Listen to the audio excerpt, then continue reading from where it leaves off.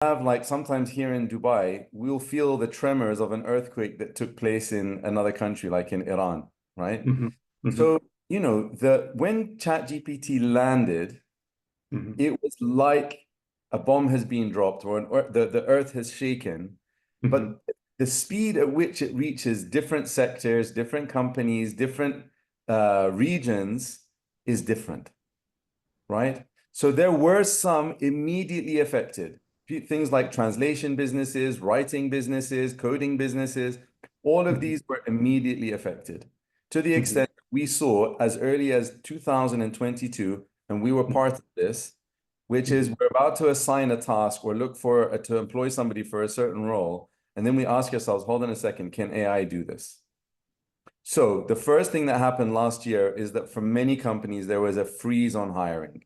When businesses started to realize that, oh my God, this is going to change things, we need to stop hiring until we can figure it out.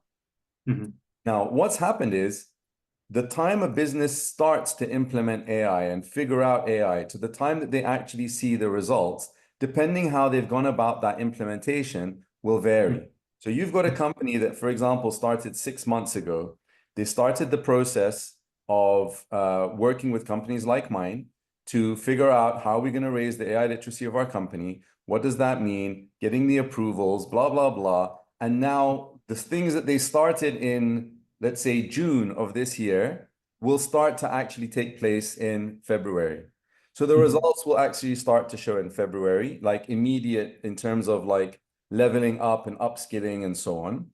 The business flows will start to be updated to be AI-enabled business flows. And then finally, you get to a point, let's say next June, where you actually see the significant impacts. And you start to see that company A can do things faster than company B. Company A can do things with higher levels of accuracy than company B. Company hmm A, blah, blah, blah, blah, blah. And then at that point, people will start looking at, should I be doing business with company A or should I be doing business with company Yeah, B? Now, at exactly. that point is when company B will start to feel it.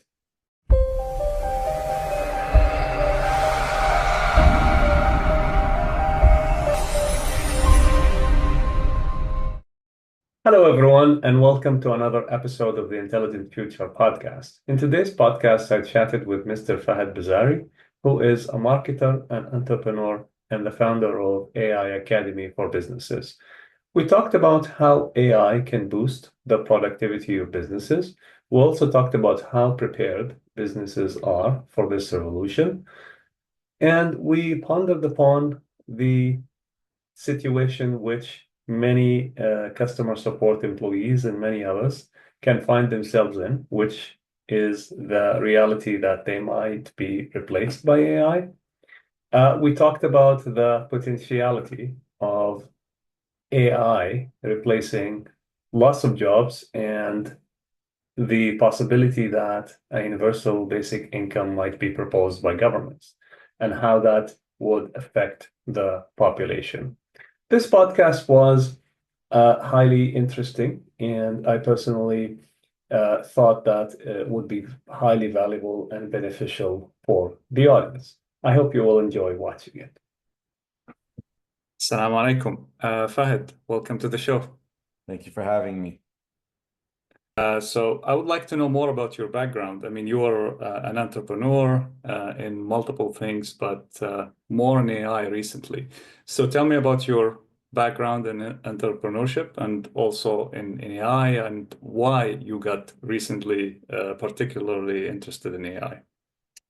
Sure. So, I mean, academically speaking, I'm a marketer. I studied marketing at university, graduated with the first class from a London university in marketing.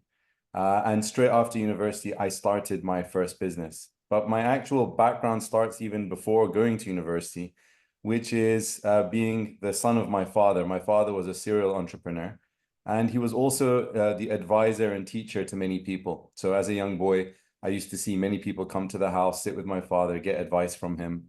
And, after university, I started my first business, and I have never actually, had a career per se. I've never been part of the corporate world. I've always worked for myself. And my first business was successful. Usually it's people's 10th businesses that are successful. Mhm. I had the Mhm. good fortune of my first business being successful. And it was automated and systematized from day one by intention before anybody had talked about these concepts back in 2003. So when that business was successful and I had massive amounts of free time and general freedom that we all aspire to have, by the time I acquired that, I had become a workaholic. So even though I didn't have to work, I still Hmm. wanted to work. And so then at that point, people were still living in the offline world. My business from day one was completely digital. Hmm. And so many people started coming to me and asking me for advice on how they could do their websites, how they could do online business, and all of that Hmm. kind of stuff. So I eventually ended up in a type of consultancy role where I Hmm. started advising people on their online marketing, then Hmm. discovered that their businesses were fundamentally flawed. So then kind of expanded out into business consulting, then got the attention of bigger companies and became into management consulting. And so that was my life. I learned how to develop software en route. So I don't develop now, I haven't developed for a few years, but put me back on a, in a coding platform and I'll be able to develop an entire website from bottom to top. Where we get to AI is something that I was very passionate about from the old days called knowledge engineering. Knowledge engineering is about like understanding human intelligence and capturing it in such a way that you can replicate it. So leave AI to the side. It's just pure business that when you're building out processes and systems, you need to capture the intelligence that you have built up through best practices and so on, and then kind of just get that across to everybody else that's doing the same role either together or in other branches. For example, you could have one office here and one office in another country. You want the best practices from one to spill over to the other. So that's also something I've been passionate about since I was young. It's the only way I know how to learn is by taking information, reorganizing in a way that will make sense to me. And as a consultant, as advisor, I used to have these regular business leader breakfast meetings where I would take a topic, dissect it, organize it, focus on the stuff that business leaders really needed to know, and then deliver it to them over a breakfast so that they could be more empowered as business leaders. Now, fast forward to today and AI. We had been using in one of my businesses, we had been using GPT, which is the underlying technology beneath ChatGPT, for about a year before ChatGPT was released. And so we were using it, but at that time, the challenge with GPT is it's a completion. It's difficult to explain in such a short podcast, but the way in which the technology works is that you prompt it with some text and it completes that text. Hmm. Now, because I've been doing this full time for the last 2 years, teaching people and so on, my understanding of the topic has become, you know, um, out of this world. But at that time, it was really difficult to make sense of the possibilities. You could use it for like sentiment analysis. So we had a software that had a communication platform as part of it. So you could use GPT to like evaluate the sentiment of the person's response. But we never really thought about using it the way that we're using it today, which is effectively to emulate human intelligence. And so we just stayed with that for about a year. And then when ChatGPT was released, this is November 2022. I had the good fortune of being on a sabbatical with my father. So when it was released, I had the free time to dive deep into it. And I was working on a nonprofit project at the time. I was putting together a business plan for this nonprofit project. And so I had the freedom to dive deep into it. I also had with me, a wide understanding of lots of business topics. I also had with me an understanding about how software works. Like I had a whole load of things that had been developed over the previous 20 years that Hmm. when ChatGPT was released, I had the time freedom, the mindset, and the skill set to dive deep into it and to push it to limits that were not even being considered by other people. And still to this day, a lot of the things that I was doing in 2022, people still haven't started doing in 2024. So then after that, I was on a transit back from London back to Sri Lanka because at that time I had my development team in Sri Lanka. And I was asking friends here in Dubai, like, how are you guys doing with ChatGPT? This is now February 2023. And they said, oh, we've heard about it, but we haven't used it.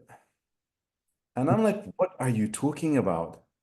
How can you say you're listen, don't think that you've missed like one day of AI is like 10 normal days. And that Mhm. was these days, I would say one day of AI is like 30 normal days, right? But at that time, one day of AI is 10 normal days. So I said to them, I said, what are you talking about? Don't think that you're 3 months behind. You're 30 months Mhm. behind. Mhm. So I love to teach, I told you my father and having seen him, so Wow. I love to teach, I love to help people, I love to advise people. I have to control myself, not to spend time advising people, genuinely, not to spend my time advising people and helping people that don't deserve it. So I said to my friends at the time, I said, guys, listen, if you want, put together a group of people, doesn't matter where, do it in a coffee shop, do it wherever you like, and I'll give you guys a 2, 3 hour seminar on everything I've learned about ChatGPT so far. And Mhm. that's what they did. And I was here for 10 days. And in that time, we put together 3, 4 seminars and webinars. All of their brains were blown. All of them said, Fahad, this is not enough. You actually have to teach us how to use it as a skill. So Mhm. then I did the first Chat GPT. At that time, it was called the Chat GPT Boot Camp. And I did Mhm. this in the start of March 2023. Full Mhm. workshop, various businesses sent their employees, plus all the people from the seminars. And then Reputation started, and I had more and more and more workshops turned Wonderful. into ChatGPT Accelerator. And earlier this year, launched Bellamy Olden, which is an AI consultancy for corporates, Mhm. teach primarily AI literacy and secondarily consultancy on AI empowerment. Wonderful, wonderful. What an amazing journey. Definitely very inspiring. Based on what we just said, I want to ask you a few questions. One of them, I think a lot of people right now, we have about like 2 years that passed since the launch of ChatGPT, the one that everybody knows and interacts with. How come there are some companies or some businesses that are not able to see how ChatGPT benefits them? I think a lot of us, be it academics, be it employees in various sectors, have interacted with ChatGPT now, and we can see its benefits. We can see its benefits in education. We can see its benefits in marketing, in healthcare, and even design in many different areas. So how come some businesses aren't able to see the benefits of it? And those companies, you're saying that they are behind, compared to their competitors, but yet they're able to survive in the business. And also, do you think that all businesses, even small businesses, need the capabilities of ChatGPT? Like, for instance, I don't know, I'm running a grocery store, or I'm running a pharmacy, or I'm running whatever it is. Yeah, what do you think about those points? All right. So first things first, you've asked me 3 questions. So you need to keep Mhm. track of those 3 questions Sure, because I can sure, only absolutely. And give I'll you remind one you. at. Yeah, sure. All right, super. So let's answer the easiest ones first, right? So the second one was Mhm. asking about, companies falling behind their competitors, but Mhm. still seem to be, okay, right? Yes. Right. So, you know, sometimes when you have like sometimes here in Dubai, we'll feel the tremors of an earthquake that took place in another country, like in Iran, right? Mhm.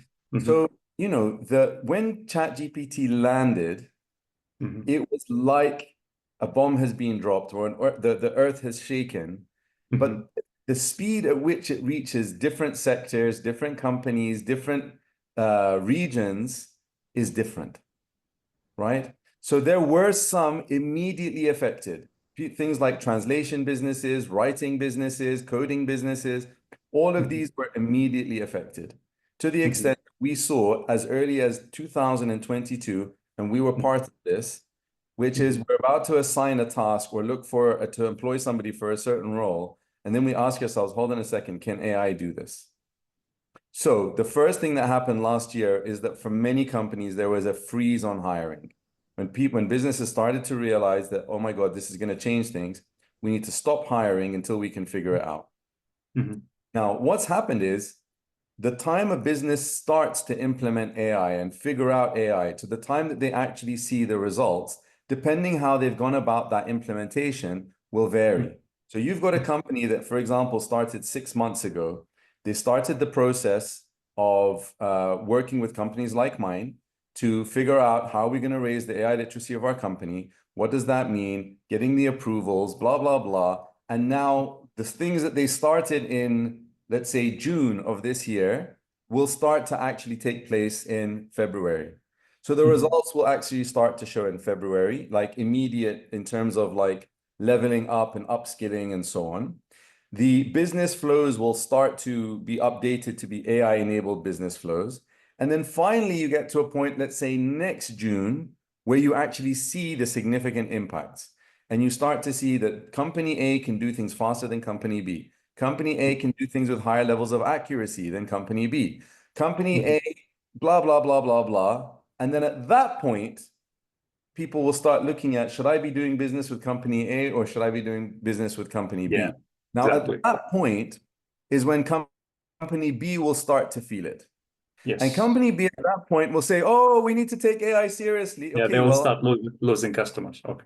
you should have thought about that 1.5 years ago. That's the whole point. Things don't happen like this. So that's to answer your second question, that just because you haven't felt the pain of it does not mean it's not busy at work outside.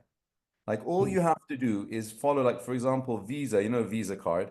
They made Yes. an announcement something like 2 weeks ago that they have implemented something like 600 generative AI implementations inside of their business, right? Deutsche Bank released a guide on the use cases that they're doing. So these are happening behind the scene. It just takes time before the competitors start to feel the difference. You know, it's a bit like, I'll tell you what it's a bit like. Do you know YO Bank here in Dubai? Yes. Right? Do you have an account with them perchance? No. Right. YO Bank here in Dubai, Starling Bank in the UK, these guys have just changed the nature of banking. You just do absolutely everything through the app. You set up your bank account in 5 minutes, Wonderful. etc., etc., etc. Okay. So they Other streamlined everything. perfectly streamlined, everything perfect. All right. The other banks, it takes time for them to start losing all of their customers because Yes. people like me are going on a podcast and saying YO Bank, and now another 100 people will go to what, you know what I mean? So it doesn't happen like this. And this was No. the problem. If you go back long enough, this is what happened with Research in Motion, BlackBerry, right? BlackBerry, at the time that the iPhone was released, was Canada's most valuable company. Something like $61 billion. Okay. That time, most valuable company. iPhone was released. How long did it take for BlackBerry to actually get the pain of iPhone? It was maybe after another 1 or 2 years. But by that time, it's too late. And now they're on a downward trajectory. By the time they actually did something about it, it was too late. So that's to answer your second question. The third Yes. question, which is about the small businesses. So Exactly. Does everybody need AI? Exactly. So here's the thing. In the UK, we can draw similes and comparisons. In the UK, we used to have a concept called the corner shop. All right. It's a convenience store on every like side street and so on. You could just buy milk, buy some candy, buy magazines, and so on and so on. And this used to be owned by, you know, what they call mom and pop and so on. And eventually, at some point, the big supermarkets like Carrefour in the UK, we've got Tesco and Sainsbury and so on, they realized that they could actually go into that market. And they did. And they brought with themselves the economies of scale and basically obliterated this corner shop model. Oh God. Completely obliterated it. Even here in Dubai, you'll see, for example, you've got Carrefour Market and so on. These are all the smaller versions, right? So they obliterated that market. It shrank down to very, very, very few convenience stores, very few, right? So what happens with regards to AI is that the more any company can start using AI in their processes, the more they're able to scale, the more they're able to do, the more ambitious they're able to become. So at that point, if they can start doing all of those things, then they can target, you know, building out an online automated AI powered business that does, let's say, for example, flowers, you know, flower delivery, where the whole thing is just being run by robots, you know, Intellectual robots that are doing the ordering and the order taking, cancellations, customer service. Physical robots, of course, you're always going to have humans. You're always going to have Yes. humans here and there. But For now, but we don't know what happens in the future. no, yeah, you'll always need humans here and there. But the big problem, Muhammad, the big problem, and I don't want to go too deep into it now. The big Mhm, problem is as AI starts to take over tasks and starts to eat into jobs, mhm. what happen is the human supply will increase. And the nature of economics is that the more supply there is, the lower the pricing becomes. Correct. So although there will always be a need for humans to do human work, there's also going to be a lot of humans ready to do the work.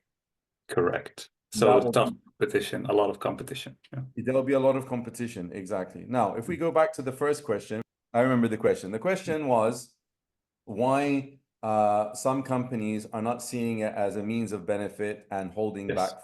Correct. Correct. Yes. So you have to think that at the end of the day, companies are being run by human beings.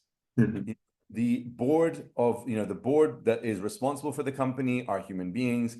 The mhm. executive leadership are human beings. Management are human beings. The people on their desks are human beings. Human beings are very much influenced by our emotions. So there's a whole lot of emotions, such as um, skepticism, pessimism, narrow-mindedness, fear of change, right? There are all of these things that when confronted by anything new, not forget about AI, we're just talking Correct. about anything new, Yes. There's all, always rejection. Yeah. all of these emotions come up, Mhm. right? And if these emotions are not addressed, then there's a metaphor about the elephant and the rider, which is for the most part, the rider on the elephant can control the elephant. The small rider, small boy, Correct. he Exactly. tells the elephant go left, elephant go right. But Yes. if the elephant decides he wants to go right, there is The no, rider has no choice, has no control. Yeah. has no control whatsoever. He has to go wherever the elephant wants to go, right? Correct. Now, the big problem with AI, I mean, ChatGPT, of course, is pivotal to the big AI spring that we're living out today, right? Mhm, Up mhm. until ChatGPT was released, most of the AI research projects were done privately.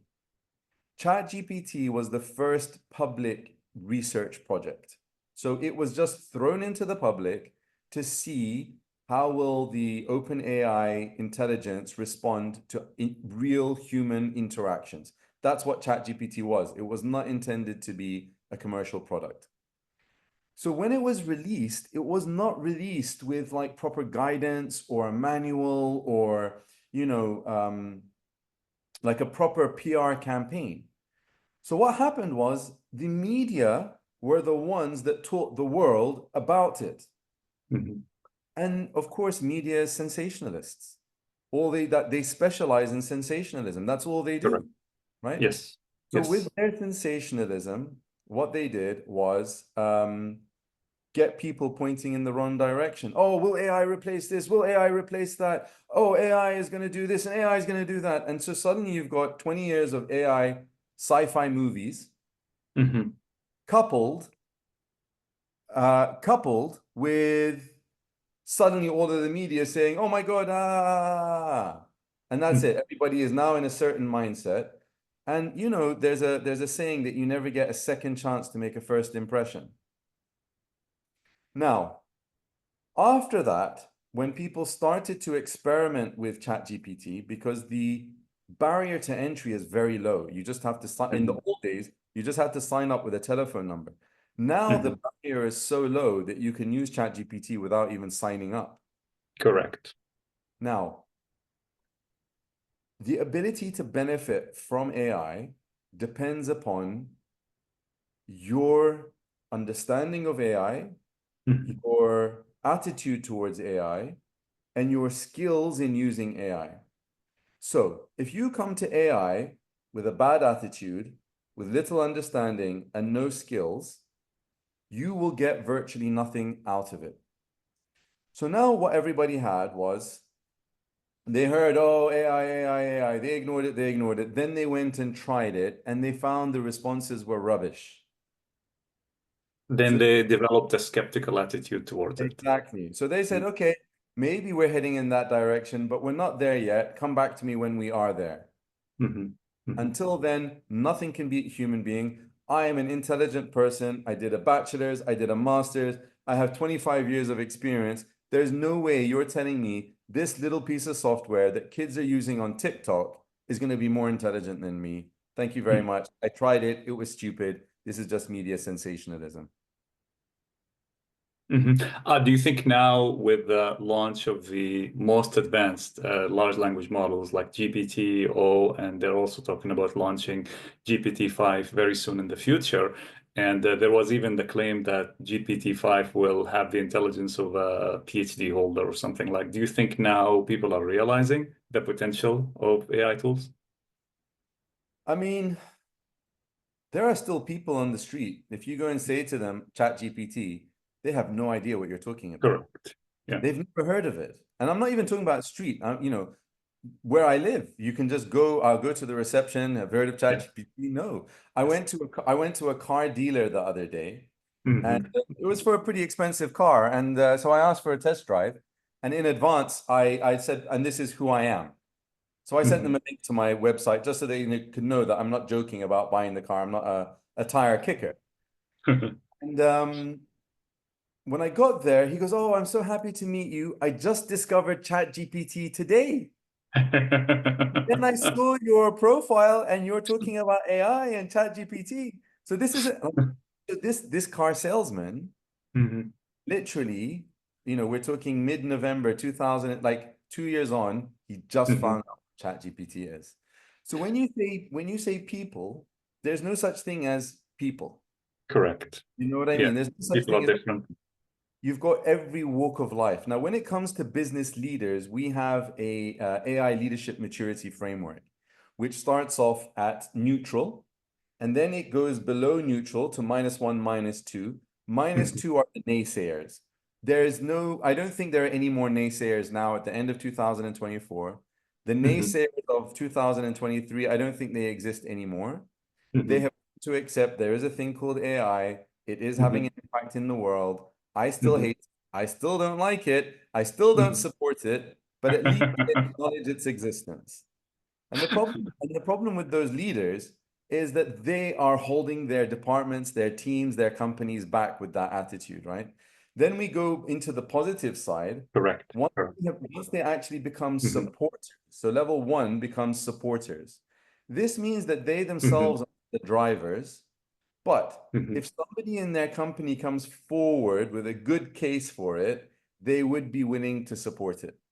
100%. Yes. Yes. Yes. Exactly. Then we go above supporters, and now we start entering into the world of sponsors and champions, and then Mhm. finally maximalists. So for me and my company, what we aim to do with business leaders as soon as we get the engagement is get them up to the champion level, because Mhm. then they become the drivers and they start pushing it from the top down. So, just to go back to your question, businesses are run by people, people are run by emotions. It didn't Mhm. help to have 20 years of AI, AI sci-fi movies coupled with a bunch of AI sensationalism, coupled with bad experiences with AI to actually have all those emotions come up with that Mhm. reinforcement bias to say, no, Mhm. no, no, no, it can't be as intelligent as me. I've dedicated my life to this field, no. But I've already figured it out. Okay, so I'm going to present to you a simple scenario so that okay, the average viewer, the average listener benefits from this. So let's say that I'm the owner of a business, let's say like a dental clinic. okay. I book appointments for people. They do things on their teeth. I follow up on appointments. I follow up on diagnoses, things of that nature. Why do I need AI? I'm already managing fine. I have a computer system. I keep track of the appointments. I have some employees who call patients and remind them of appointments. I'm getting customers. I'm fine. Why do I need AI? Well, it depends on your ambitions. That's the first thing. That's the first thing that I would say to that type of person. It depends on your ambitions. if Mhm. your ambition does not exceed where you're at now, and you're at the age that you can feel that this will go on for another 5 years and then you plan on retiring, fine, do as you like, no problem. In fact, I remember last year, was it last year? Yeah, last year, I had a program called Rethink ChatGPT. And Mhm. the first thing that I would do in that program, it was an online 3-day program. The first thing I Mhm. would do is I would ask everybody to score their ambition level. Like, how ambitious are you in life? Mhm. Mhm. And anybody that was not scoring 4 or 5 out of 5, I would Mhm. tell them on the screen, guys, I don't think this program is for you. And if you would like to request a refund, please, you can leave now and request a refund, and we'll gladly give it to you. Because I like what that. I like because that a lot. what it does is enables you to achieve your goals to a Mhm. much greater extent than you ever could have imagined, much Mhm. faster than you ever Mhm. could have imagined, and it opens up new possibilities. All of Mhm. those things only matter to somebody with ambition. So the first thing is if that practice owner is not Mhm. ambitious, then it really doesn't matter. Let's say he is or she is ambitious. Okay. Then So what are you going to say to them? I'll tell you. So if he is or she is, then the Mhm. next thing to ask is not the next thing to ask, the next point to emphasize is that AI has the ability, sorry, AI will make big companies small and will make small companies big. What do I mean by that? At the Mhm. moment, if you've got a company with 10,000 employees, most likely their biggest expense is payroll. So once they Yes. start to understand how AI can reimagine their business and take over so many intellectual tasks and things that used to require multiple people or let's say even halves of people. So a Mhm. person is working 8 hours a day and half of his work can actually be taken over by AI processes. And now Mhm. AI does take it over. Well, what do we do? Okay, we'll give this person two halves. So that job was Mhm. reduced to half, this job was reduced to half. We'll create a new role that combines those two halves, and one person will take it. As a result, unfortunately, the other person, and if the company is ambitious enough to find new opportunities, Mhm. great. But quite often, those companies that are that large, Mhm. it's not easy to do that.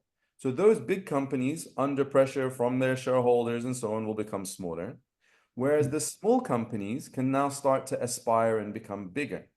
So when we talk about AI literacy, there are different levels of AI literacy.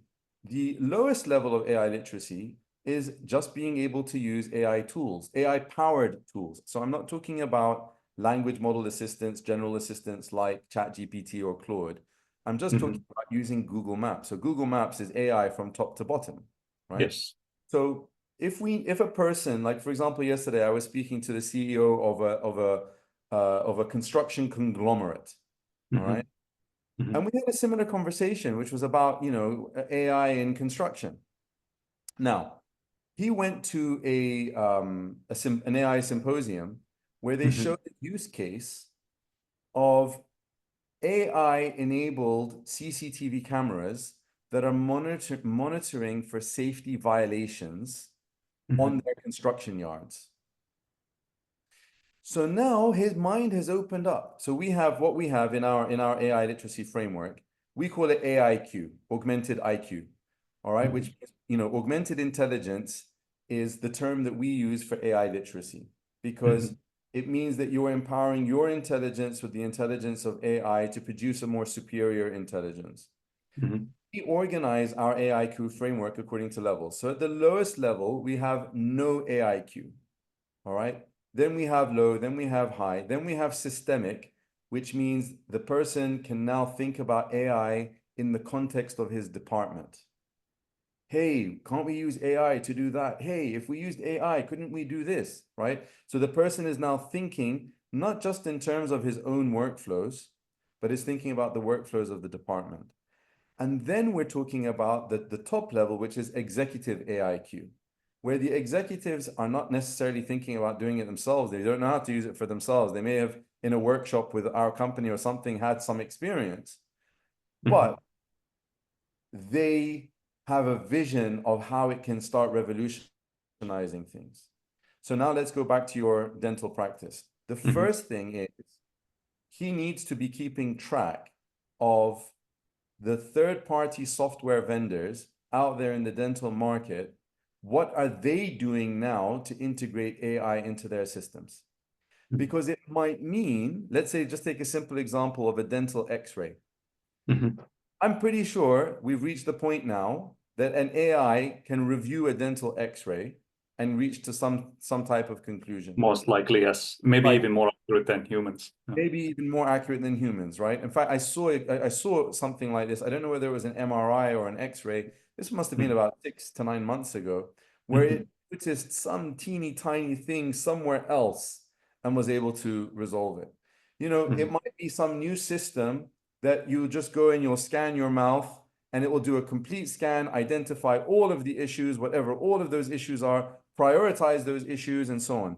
So now this dentist starts thinking about the possibilities. Oh my God, if that's the case, then I can hire a junior dentist now.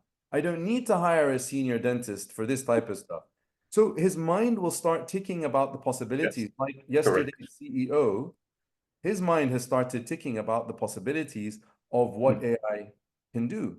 Same thing Hmm. with the administrative workflows.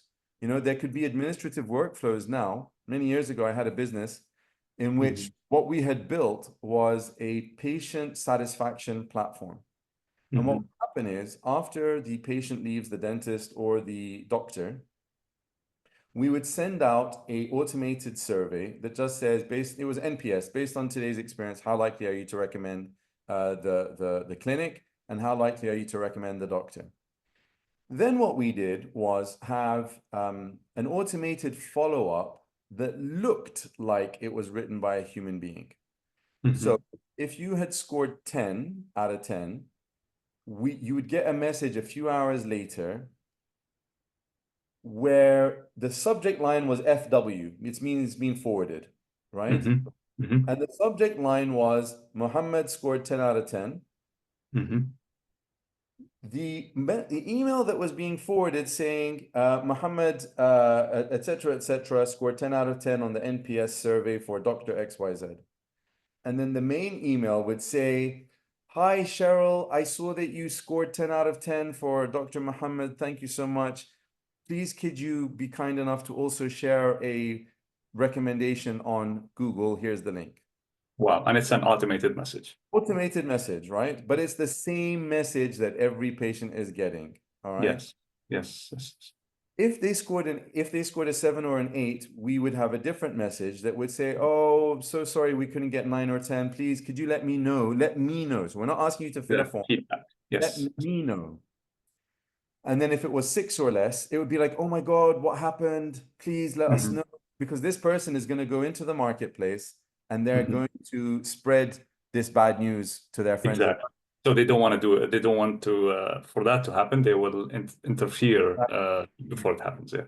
now with AI, that entire process can be automated. Like even the response that comes back and the conversation that you have with it, like the whole thing can be done, it can start to be done with the help of AI.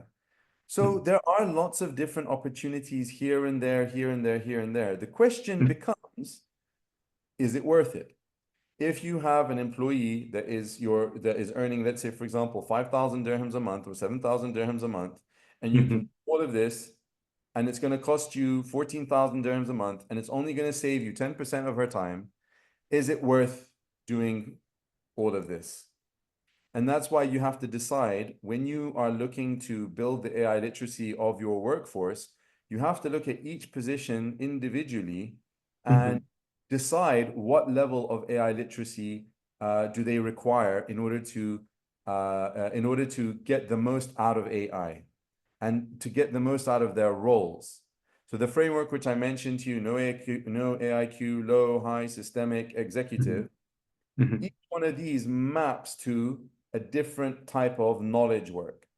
And Hmm. some people simply don't need high levels of AI literacy. They just Hmm. need to know how to use a tool like Microsoft Copilot or ChatGPT in its basic form, not even the in-depth stuff. Hmm. Hmm. Wonderful. Let me ask you a question about the people who get affected by AI automation. So let's say like I'm a customer support person. I love my job. I like calling people. I like a chat and so on and so forth. And now all of a sudden, the head of my department decided to lay me off because they figured out that AI can do my job. So what do I do? And that's the situation that I guess millions of people find themselves in. I don't think they find themselves in it just yet, but they will Mhm, start finding themselves in it. You know, one of mhm, all the effort I'm doing started off mhm, with the desire to prevent mhm, this. That was mhm, it. I got into this space of teaching people in mhm, order to prevent this. And 2 years on, what I said in the start was, I won't be able to prevent this for the whole of humanity, but at least let me help who I can help, right? mhm, mhm, The first thing, let's talk about preventative measures. mhm, Let's try to avoid getting to that point where mhm, company is laying off people because AI can suddenly do all of this magical work. mhm. When we say AI can do this work, where is this AI coming from? It's coming from third parties. A, Correct. a third party has come to them and said, hey, we have put together an AI platform that does AI customer service. And with this, how big is your team? You've got a team of, 30, CSRs. All right, with Mhm. this thing, all we have to do, we'll bring it down to just 6 CSRs. And so, Yes.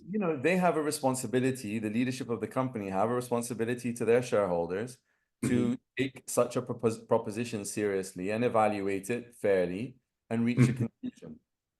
The problem with working with third-party vendors is that mhm. third-party vendors are bringing solutions from outside that are not necessarily based on your existing methodologies, your existing best practices, and so on.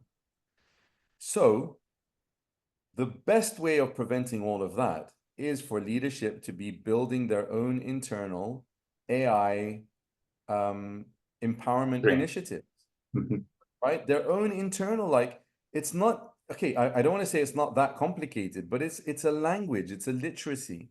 It's mhm, something that can be learned. The nature of when IT was introduced, we talked about mhm, IT literacy. All you mhm, had to do was learn how to get comfortable with computers. mhm, You were protected. Now it's a case of learn how to get comfortable with AI and you're protected. Why? As a human being, I don't know what the correct number is, but let's just assume as a human being, I can run, I don't know, let's just say 5 miles an hour. And a mhm, horse can run 30 miles an hour. And mhm, up until now, the race was just humans against humans. And now horses are allowed to enter into the race and they can run at 30 miles an hour. So the only thing I can really do to avoid being left behind is to Is to learn get a how horse. to ride the horse. Yeah. So that's how we prevent it. So that's the first thing. Rather than talking about the aftermath, let's talk about the pre-math, which is Mhm, let's avoid it. And employees, the problem that employees face is that what I've seen over the last 2 years is the vast majority, and I mean 99%, mhm, because they also had those emotional things we talked about earlier, right? mhm, So they were like, okay, I'm feeling a bit scared about this, da da da da da da da. My company is not pressing me for it, so I'm okay. I don't need. They trusted their company to take care of them, and that was that was a mistake. What they should have been doing was going to their line manager and everybody else, talking with their colleagues and saying, mhm, guys, we need to be asking them to please get us trained up on AI. mhm. Employees should not be sitting back, not getting trained and do nothing about it. Exactly. Internally, they should be championing the learning of AI. They should be telling their line manager, look, we've all spoken together and all of us really want to learn AI. Please, can you Mhm, channel our training budget this year towards AI? It's not just going to benefit us, it's going to benefit you as well. And I mhm, had, from my previous program, we had mhm, a whole thing for them to take the mhm, pitch to their employer mhm. to get the employer to fund the training for them. Wonderful, wonderful. But Fahad, I want to press you on this a little bit. There are a lot of experts that are saying, even though that some people may survive the AI transformation, eventually some people will lose their jobs. And as AI becomes smarter and smarter, the expectation is that more and more people will start losing their jobs. As such, Correct. some people are now floating the idea of a universal basic income, where people just get a basic income, and if they're able to provide more for the society, then they can get additional income. Do you think this is the ultimate reality that we're going to see? I don't know, 10 years from now, 15 years from now? I know it's The a short, futuristic question. Maybe you don't want to get into that, but I don't know. no, the short answer is yes. The short Hmm. answer is yes. That is the direction that AI is taking us to. Hmm. And this was known even before the launch of ChatGPT. Correct. So many people don't know this. Sam Altman, who is Hmm. the co-founder and the current CEO of OpenAI, Hmm. is also the co-founder of another platform called Open Research. Hmm. If you go into the Wayback Archive on the internet, you will see him and his picture there as the chairman or whatever his position was. Now Hmm. you don't see him there anymore. Whether Hmm. that's, if you want to look at it Coincidence. suspiciously or whatever, right? But the fact is, if the person who can look into the future, Sam Hmm. Altman, because in his research labs, they see the future, Hmm. is also the same person that is doing the America's biggest studies on UBI and promoting UBI, Hmm. and also has an entire blockchain project to support UBI, Hmm. you can be pretty sure that Exactly. this is it's going to come. And all you need is a brain working at 10% to realize this. Hmm. Hmm. However, however, it won't happen overnight. It's gonna take some time. It's going to take time, and it's going to take time in different countries, in different Mhm. regions, in different Correct. industries, in different professions, and so on. And that's Hmm. why I said from early on, I realized I cannot help everybody. In fact, you know what? I'll tell you what, and I'll share this with you. I have Hmm. a prayer that I read every day. All right. Hmm. It's a prayer that I wrote. Hmm. It's a lengthy prayer. It takes me about 1 hour to read it. Hmm. And towards the end of the prayer, I have some lines which you might find interesting Hmm. because it's exactly on this topic. Let's see, where is it? Uh, I have to search for the word utopia. Yes. Okay. If I search for the word utopia, where's the search button?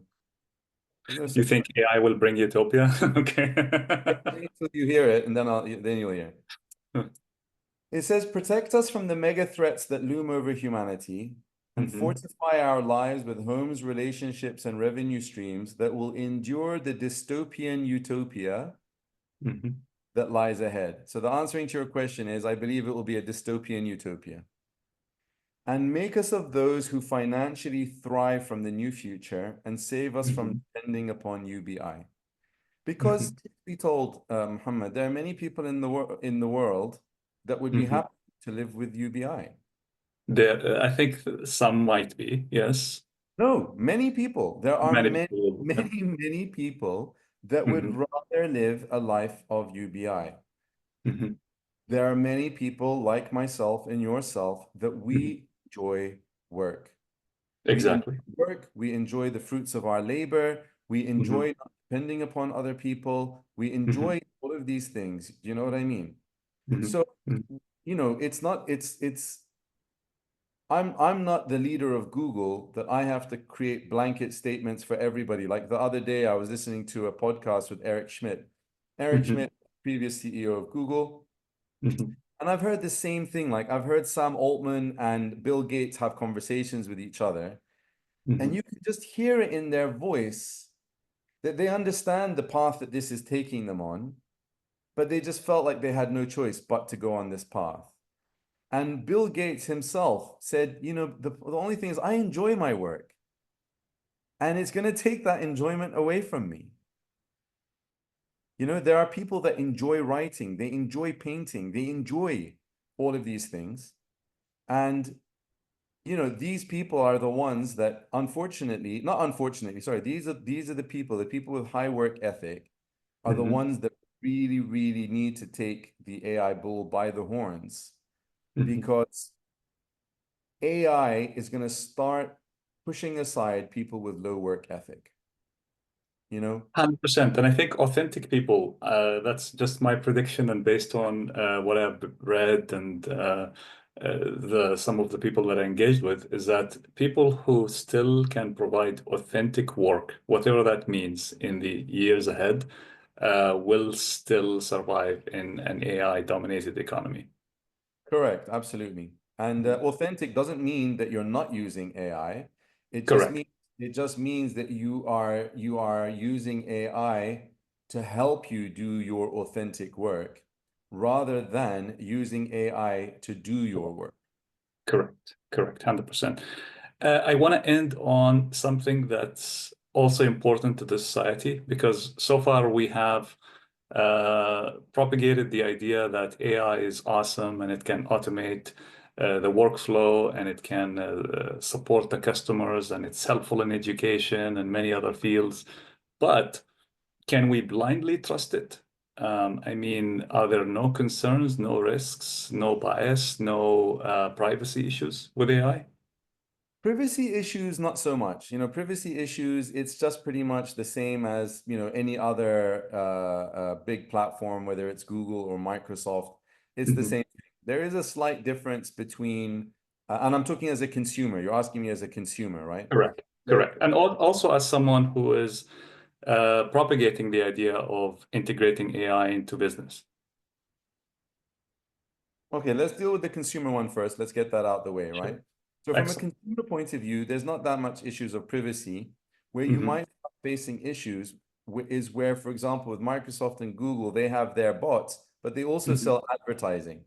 So there's Hmm. a danger that, you're talking with an AI and the Hmm. AI is guiding you in a certain path, and Hmm. you don't know, maybe eventually Google and Microsoft get to a point that those conversations are leading you towards products and sale. Hmm. Right? Hmm. So Maybe the they thing, might have a plan that you're not aware of. Yeah. yeah, they might have an agenda and they're using your information to fulfill their agenda. That might happen. But if Hmm. you're using ChatGPT or you're using Claude, which don't have any connection to advertising, Hmm. your data you're sharing, it's as private as the emails that you're sending. Where Hmm. privacy becomes an issue in the corporate space is with GDPR, because Hmm. most of these platforms, including ChatGPT, are not GDPR compliant. They are at the enterprise level, but the lower levels, teams and plus, they're not GDPR compliant. So if you take Hmm. client data, put it in there, you've Hmm. now breached your GDPR obligations. Hmm. Even if it doesn't spill out to the world, even if you don't get caught, even nothing happens, the Hmm. fact that you did that means that you have breached your GDPR obligations. Now, everything else that you said in terms like, can you trust it and so on, many years ago, I took a 3-day course Hmm. on trust. It was a course on trust. Hmm. There's a book written by Stephen Covey's son. I think his name is also Stephen Covey, Hmm. called Speed of Trust. Hmm. And what the 3-day course I took, that if I was to summarize the whole thing, was there's a difference between blind trust and, I don't know what the right term would be. Let's just call it regulated trust, Careful or yeah. Hmm. right? So if you put boundaries in place, okay, I can trust it. But if there's no boundaries in place, no, then you should be careful. If you're now, for example, putting together an AI system that will do X, Y, Z, and you haven't Hmm. put in the principles in there to ensure that they follow the ethos of your company or the Hmm. principles of human values or, Hmm. Hmm. then the answer is no. And when you're using ChatGPT as an example, Hmm. ChatGPT, OpenAI is the company that has instilled within ChatGPT those principles. In Hmm. fact, if you ever use ChatGPT O, I don't know whether it still does it because I don't use ChatGPT O, but when I tested it when it was released, it Hmm. shows you the process it's going through. One Hmm. of the process lines was checking this against OpenAI principles, Ah, okay. right? I don't personally use ChatGPT that much. I hardly use it. I Hmm. Llama, and the ethos of Meta is Mhm. guardrails, and all of this stuff is the responsibility of the developer. We are not going to get involved in that. Mhm. So Mhm. you can go inside Llama and you can ask it to teach you how to rob a bank if you wanted to. And it will have very little resistance. It will say, oh no, I can't. You just say, yes, you can. And then it will teach you how to rob a bank, right? So so you can't trust it. No, you can't trust it without the parameters of trust in place. I'll give you some interesting examples. So we Mhm. have Mhm. lots of automated processes in our business doing all sorts of things. Now, if you went now and asked the AI, rate this between 0 to 10, Mhm. right? Whatever that thing is, just rate this between 0 to 10 and Mhm. explain to me why you rated it that way. All right, it will rate it 7 and it will give you an explanation. Mhm. Separate conversation, you can ask it to rate something else between 0 to 10. Mhm. It will also give it 7. It will also explain why. But when you put the two side by side, you discover that one of them actually only deserved 3 and the other one deserved 7. Okay? Why this is the case is because the AI was given the freedom to establish its own criteria for grading. And that criteria only applied to that one interaction. Okay. Okay. So Okay. So that's blunt. you have to guide the AI. Exactly. What you Mhm. have to do is before that, you have to say 0 to 10. Mhm. 10 equals this, 9 equals this, 8 equals this, 7 equals this. So, like I did Wonderful. with my kids, I've got 5 kids, right? They came to visit me, Yes. spend the summer with me. And Mhm. whenever we're going out every day, doing all of these fun things in Dubai and so on, Mhm. at the Mhm. start of the holiday, I would ask them, are you hungry? And they'd say yes. And then we'd go out and they wouldn't eat. And I'd be like, you guys said we're not that hungry. So what I did, I went into the AI and I said, listen, give me from 0 to 10, give me Mhm. a legend to Mhm. establish the level of hunger of a person. Mhm. So 10 came out at something like Starving. I'm so hungry I can only think about food and I'm starting to get angry. Mhm. And Mhm. 0 was food is the last thing on my mind. I could go on for another 12 hours with food. Don't even talk to me Wonderful. about food. Wonderful. Wonderful. I would then do is whenever I'd ask my kids, I'd say, Mhm. guys, 0 to 10, where are you? And one of them would say, I'm at 5, I'm at 7, I'm at 6, I'm at 7, 6. Now I can trust their answers Yes. Yes. Yes. because I've Yes. given framework, we're on the same page as each other, and so Mhm. on. So this is just Wonderful. one thing, but same thing applies with all these other things, biases. Excellent. Like you have to know what's there and you have to manage it. And so you said two insightful things. The last one was about us guiding the AI and giving it a frame of reference, which is awesome. The first one, you said the policy of open AI and AI companies, Google as well. But can we trust that 100%? Don't you think that governments worldwide also have to get into that game and they have to regulate these companies and how AI is used? But I think they're a bit late, aren't they? They are late, and this was the plan of the AI companies. That's why the AI companies were doing all of their research in private. They didn't release Mhm. anything public. They got Mhm. the AI to a certain level that when they released it to the public, the government Mhm. was bamboozled, you know? And so for them now, and so now those same companies are going back to the government and saying, government, you have to regulate AI. And Mhm. we'll help you regulate it because we know the topic very well and you guys don't. So So they are talking let like us be from the your advisor. upper hand level with the governments. Yeah. Exactly, exactly, exactly. And if you Mhm. don't, I mean, there's lots of other countries in the world that would be more than happy to welcome us as Mhm. their research projects and so on and so on. You know what I Mhm. mean? Mhm. So, and it depends where you're at. Like if you're just a regular consumer and Mhm. you're using AI, your concerns are going to be different to a large corporate. If you're a Mhm. consumer, like for example, ChatGPT allows you to save this thing called memory. All right. Now, Mhm. memory means that whenever you have a new conversation, it is remembering some information from a previous conversation, and that will influence the new conversation.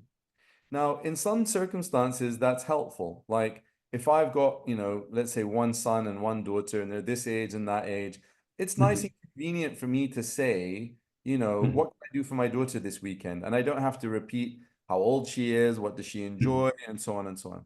The problem with something like memory is there might be things in the memory that you've forgotten about and is Yes, now influencing your next conversation without you realizing it, correct. Yeah. right? I'll give you an example. I remember once upon a time, I had in the custom, what they called it, custom directives, use British because by default it's American English, British English. And I thought, I just left it at that, and that's it. That's the only custom directive that I feel comfortable with, British English, because I don't want my conversations skewed without meaning. Then one day I asked it the definition of the word academy, and it said, in England, an academy is blah, blah, blah, blah, blah, blah. And I was waiting for it to continue. If it had continued, what would it say next, in your opinion? It might tell you about the definition in other places as well. Exactly, exactly. Okay. I was expecting it to go, in America, an academy Yes, is this, and the rest of but the it did. world, an academy is that. What happened was it just stopped at Britain. And I sat there, and of course, because this is the nature of our business, we are continuously looking and trying to understand it for the sake of our clients, right? We're trying to understand why does it work this way? Because it's a black box. And if you ever look at our logo, you'll see that the black box is part of our logo because that's what we do. We master understanding and applying the black box and then teach our clients what we learn. And it stopped. And I just said, why did it stop? Why did it stop at just England? I'm sitting there thinking, why did it stop? Then I went back into the custom directives and I found only use British English. Okay. So it assumed that the only thing I care about is Britain.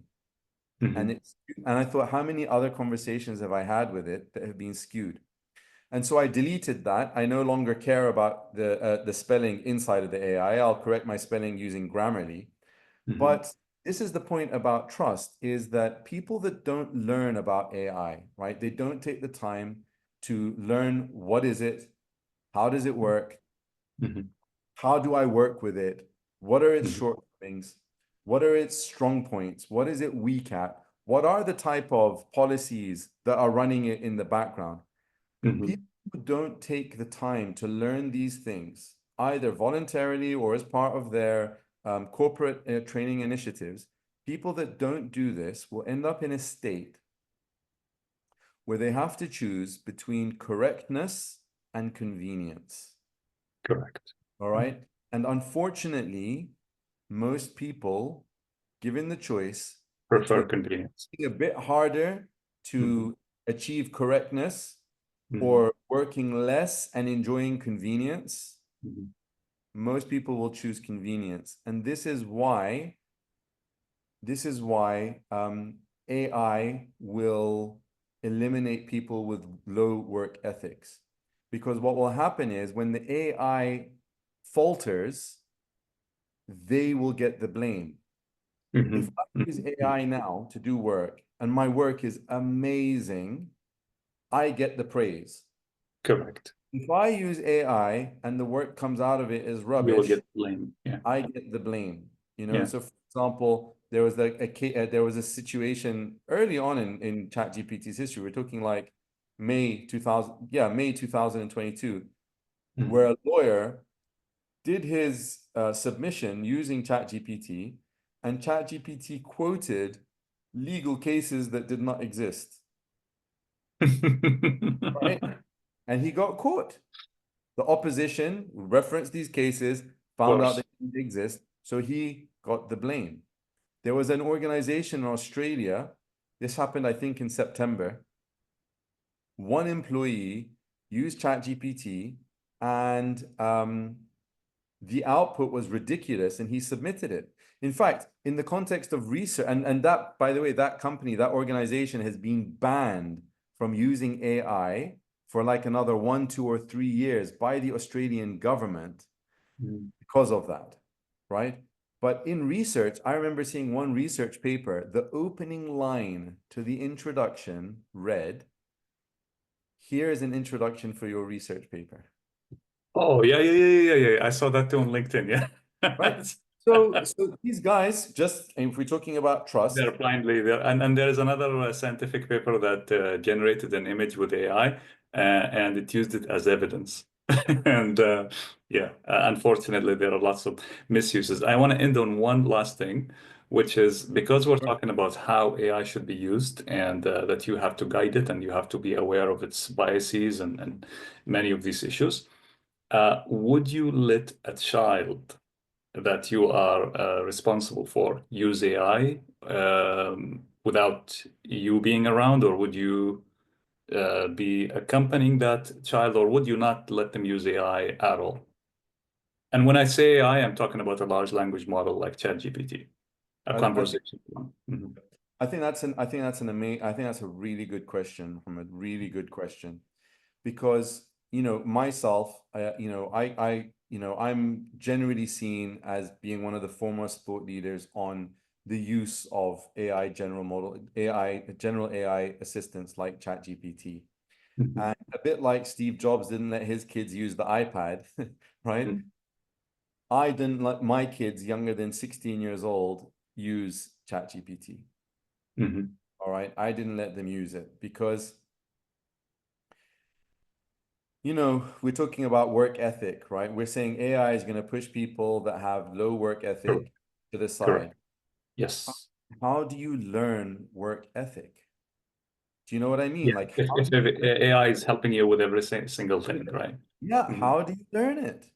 So Mhm. I did not have a solution to that question, and I'm only starting to get solutions now in 2000, like hopefully by 2025 I'll have solutions, right? And sorry to interrupt, but one thing that came to mind right now, I watched a video on LinkedIn the other day about a guy who found a tool, and he's claiming that it's helping him study.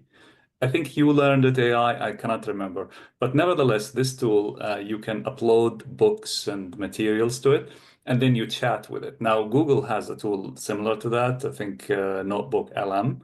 And but I think what I found fascinating is one of the comments where the commenter said, "This is not studying. This is like chatting with an expert on these topics, but this is not studying." So people are finding ways, or students are finding ways to short circuit the studying process. Well, listen, I'll tell you what, I think that this is an entire conversation in of itself because this, Exactly, exactly, exactly. and this is now why I'm getting involved with the academic research with you and Mhm. Arid, Dr. Zaina. Mhm. Like, I'm doing that because like I'm interested. Now, what happened? I actually started this journey in the early Mhm. days. I go right to the start. The target market I was going for was academia. Mhm. That was what Oh. I was targeting in day one, but Mhm. it was premature. In the start of 2023, once the workshop started to get momentum, it was Mhm. premature at that point. The academia still hadn't felt the pressure to do something about it. So it was really something that looked like it could be delayed indefinitely, right? At that time, what I had done, I had put together, my daughter had her GCSEs coming up. I put together a whole collection of prompts to help her prepare for the exams. And Mhm. it did exactly this. It took, all she would do is she would upload a chapter of her book, Mhm. and then it would explain it to her in different ways. Because to be frank, a lot of Mhm. academic material does not really take the young mind into consideration. It's boring, huh? Boring. It's not just boring. Like if you look at page one, it just goes straight into the topic. It doesn't connect it to what came before. It doesn't Hmm. say, it's very unempathic. And this is why I personally struggled as Mhm. a student in my young age. I failed Mhm. my exams. I got kicked out of schools. I got kicked out of university, right? And when I look back, I realize it's because the way I was being taught was not a way that I could ever have learned. And nobody Mhm. taught me how to study the way that they wanted us to study. It was just destined for failure, right? Mhm. So this methodology, so we did this idea of re-explaining, we did the idea of creating God, what's the name of that studying methodology where the what when you're doing the exams, all it is called something.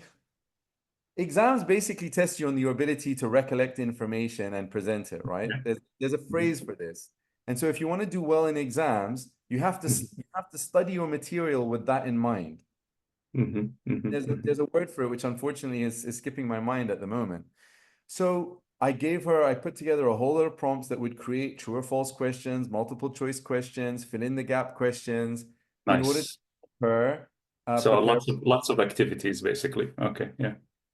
Then one day she contacted me and she said, Baba, I'm in trouble. And I said, what's up, Danny? And she said that we've just discovered that the teacher has taught us two subjects from paper A and did not teach us the subject from paper B. And now Oh. we're in trouble because we don't know. I said, okay, go to paper B and find out what are the possible topics. Don't wait for your teachers to solve this. We're going to solve it. Go to Mhm. paper B, find the topics that you find most interesting. And she chose one of the topics. And Mhm. this was to do with Mary, Queen of Scots, who was imprisoned in a manor somewhere in the UK. And I don't know what the hell the whole thing was, right? Mhm. I said, okay, we went into ChatGPT. At that time, I was using ChatGPT. We said, okay, Mhm. what's the examining board? She said AQA. I said, okay. We went in, we primed it on AQA. Are you familiar with AQA? What makes them AQA? What's their speciality? What makes them different to the other boards? Blah, blah, blah. We said, okay. Are you familiar with 16-point questions or whatever it was, right? 30-point questions. Yes, I am familiar with 30-point questions. Okay, what should a 30-point question include in order to get full marks? Oh, a 30-point question should include this, it should include that, should include this. We said, okay. Are you familiar with the topic of Mary Queen of Scots in the context of GCSE and the AQA board? Yes, blah, blah, blah, blah, blah, blah. I said, okay, I want you to come up with all the potential 16-point question, the whatever it was, all Mhm. the potential questions that could be asked that would make sense for one of these large pointed questions. Mhm. And then it did. Then we said, okay, for each one of these questions, what should a 16-point answer contain? Now should contain that, write the answer. Okay. Then I told her, I said, darling, you've only got 2 weeks left for the exam. Don't kill yourself. All you need to do is just read these 10 answers every day. Just read them every day. Mhm. Mhm. Because within these 10 answers contains all the information you will possibly need in order to answer that. It was a 30-point question, to answer Mhm. that 30-point question with excellence. Amazing. And she ended up with an A in her history Oh, wow. Amazing. Amazing. GCSE. Amazing. So Mhm. these things are things I'm very, very, very So interested. the answer is, according to you, is that AI can be used effectively for studying as well. It can absolutely. But now here's the thing. Am I right? Yeah, I'm contributing a chapter to Dr. Arija's book on AI. Mhm. And Wonderful. the chapter that I've written is about AI and personalization of the different ways in which AI can personalize the learning experience. Mhm. Mhm. Mhm. And as I was doing the literature review and I'm compiling everything together, and I'm just thinking, okay, AI can do all of this, but when? The ability to dynamically look at every single student in the university and figure out what needs to be learned and like how long is it going to take for that? We're looking at a couple of years, in my opinion, for it to be Mhm. at the university level. Mhm. We're looking at a couple of years, and we're also looking at academic leadership also adjusting their models and so on. Mhm. And there are universities that are still stuck 20 years ago. Right? We're not assuming that all universities are in 2024, that they're just going to move to 2025. Many of them are still stuck in 1995. Exactly. Yeah, they're Right? still teaching in a very traditional way. You have the PowerPoint slides, and the teacher Exactly. is guided by the PowerPoint slides. Yeah. Mm. So I'm looking at all of this and I'm just thinking, and then you've got different types of universities. You've got some that are well funded, some that are underfunded. Like there's a whole spectrum of, and I'm just thinking that in the interim between now and that magical moment where such personalization takes place, Mhm.